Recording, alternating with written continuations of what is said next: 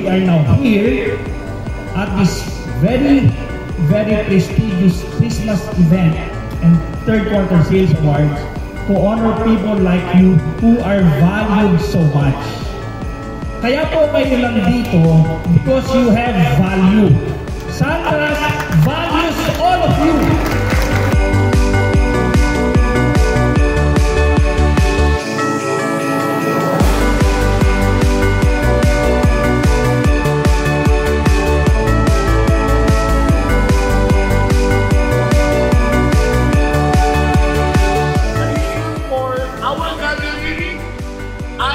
Bawat Santras Series na nagpakita ng tapang at sipag para kahit mahirap ang benta sa pandemic, kinaya natin lahat. Recognize your hard work, your commitment, your loyalty with Santras, and thereby we offer as a gift this day's occasion.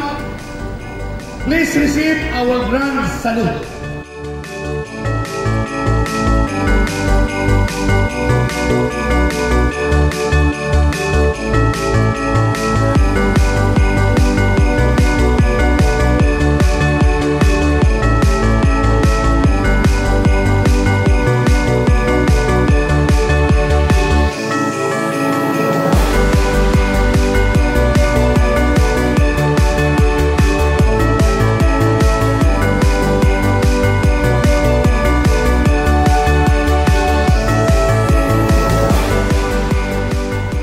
Lots of blessings that you should list down, di ba?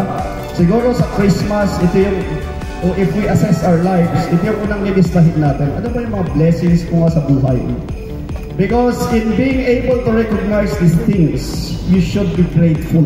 Papasalamat ka, the mere fact that you survived, the mere fact that you are here, the mere fact that you're able to sell. In fact, madami sa niya awardees pa, you're blessed. And that is with a purpose. Hindi lang aksidente na nandito ka at survive mo lahat ito, kundi may purpose yan. And here we are, this is the opportunity for us to prepare ourselves. So again, list down yung mga bagay na dapat niyong gawin as we recover. As the company recover, as you recover, because you know you can do more than these things. As we enjoy our Christmas party, we also prepare for the future, which is 2023 and moving forward. And with these wishes, I'm greeting you the best of Christmas and a very prosperous 2023. Thank you.